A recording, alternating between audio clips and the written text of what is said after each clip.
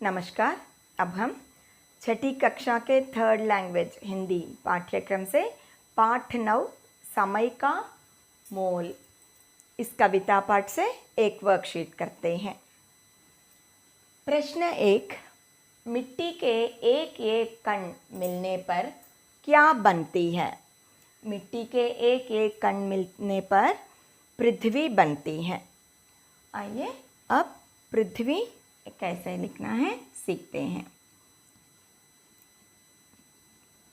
प के नीचे रे की मात्रा प्र, आधा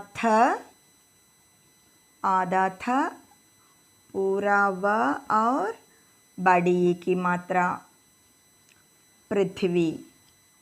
मिट्टी यानी कि मड, सॉइल, और मड के मिट्टी के एक एक कण, एक एक पार्टिकल, छोटा सा कण मिलने पर जॉइन होने से क्या बनती है? धरती बनती है। धरती यानी कि पृथ्वी। ओके, अर्थ, पृथ्वी बनती है। मिट्टी के एक एक कण मिलने पर पृथ्वी बनती है। प्रश्न 2, किसे बुद्धिमान कहते हैं? जो समय की कीमत समझता है वह बुद्धिमान है। जो समय की कीमत समझता है।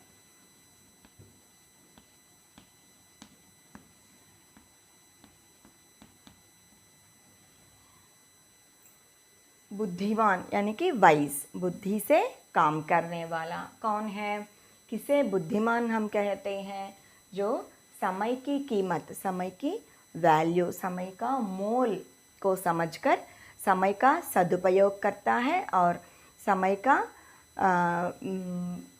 वृथा ना करता है और व्यर्थ ना करता है, उसे हम बुद्धिमान कहते हैं। जो समय की कीमत समझता है, one who knows the value of time. Okay, he is a wise man. किसे बुद्धिमान कहते हैं? जो समय की कीमत समझता है उसे हम बुद्धिमान कहते हैं। प्रश्न 3, कविता में किन किन उदाहरणों के द्वारा समय का महत्व को समझाया गया? कवि ने फूल, ईंट, जल की बूंद, मिट्टी के कण, इन सभी के द्वारा समय का महत्व हमें समझा रहे हैं। एक एक फूल से गुलदस्ता बनती है। ईंट, एक एक ईंट से एक सुंदर घर बन जाता है। जल की बूंदों से सागर और मिट्टी के कणों से पृथ्वी बन जाती है। ऐसे ही एक एक पल को लेकर एक युग बन जाता है। इन उदाहरणों के द्वारा कवि हमें समय का महत्व, समय की कीमती, समय का मोल, वैल्यू ऑफ द टाइम समझा रहे हैं। ओके, प्रश्न और उत्तर एक बार फिर हम पढ़कर देखते हैं। कविता में किन किन उदाहरणों के द्वारा समय का महत्व को समझाया गया? फूल, ईंट, जल की बूंदों और मिट्टी के कणों के द्वारा कविता में समय का महत्व समझाया गया। प्रश्न 4, युग शब्द का अर्थ अंग्रेजी में लिखिए। युग शब्द को हम अंग्रेजी में क्या कहते हैं? एरा कहते हैं। ERA, era.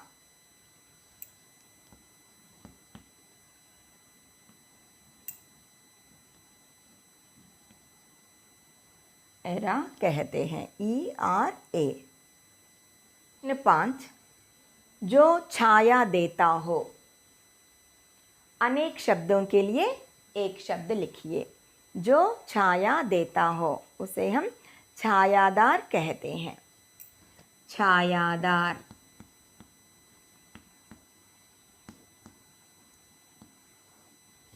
छाया यानी कि शेड, जो छाया देता हो, दैट विच गिव्स शेड। छायादार, जो छाया देता हो। अनेक शब्दों के लिए, इन शब्दों के लिए एक ही शब्द है, छायादार, शेडी। प्रश्न 6, कविता लिखने वाला। अनेक शब्दों के लिए एक शब्द लिखिए। कविता लिखने वाला, हम कविता लिखने वालों को कवि कहते हैं। One who rights the poems, okay, poet, कवि। कवि, कविता लिखने वाला, इन सभी शब्दों का एक ही शब्द है, कवि, पोएट। प्रश्न 7, बुद्धि से काम लेने वाला। अनेक शब्दों के लिए एक शब्द लिखिए। इसे हम बुद्धिमान कहते हैं। बुद्धिमान कैसे लिखना है?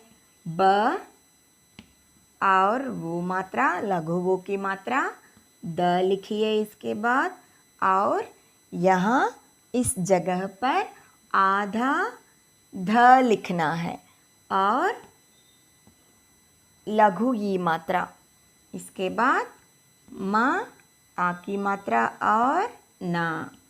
बुद्धिमान, बुद्धि से काम लेने वाले को हम क्या कहते हैं? बुद्धिमान। बुद्धि का उपयोग करके काम लेता है, उसे हम क्या कहते हैं? बुद्धिमान कहते हैं। प्रश्न 8 है, बूंदें शब्द का अर्थ अंग्रेजी में लिखिए। बूंदें यानी कि ड्रॉप्स,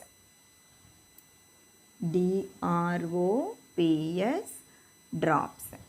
बूंदें शब्द का अंग्रेजी अर्थ है ड्रॉप्स। इससे इस वर्कशीट समाप्त होता है। नमस्कार।